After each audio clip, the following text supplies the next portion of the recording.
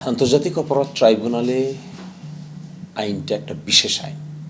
এই বিশেষ আইনে আপিলের বিধান আছে, কিন্তু নির্ধারিত সময় তো পার হয়ে গেছে আপিলের।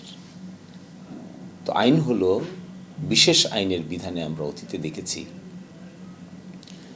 আপিল নির্ধারিত সময়ের ভিতরে ফাইল করতে হয়।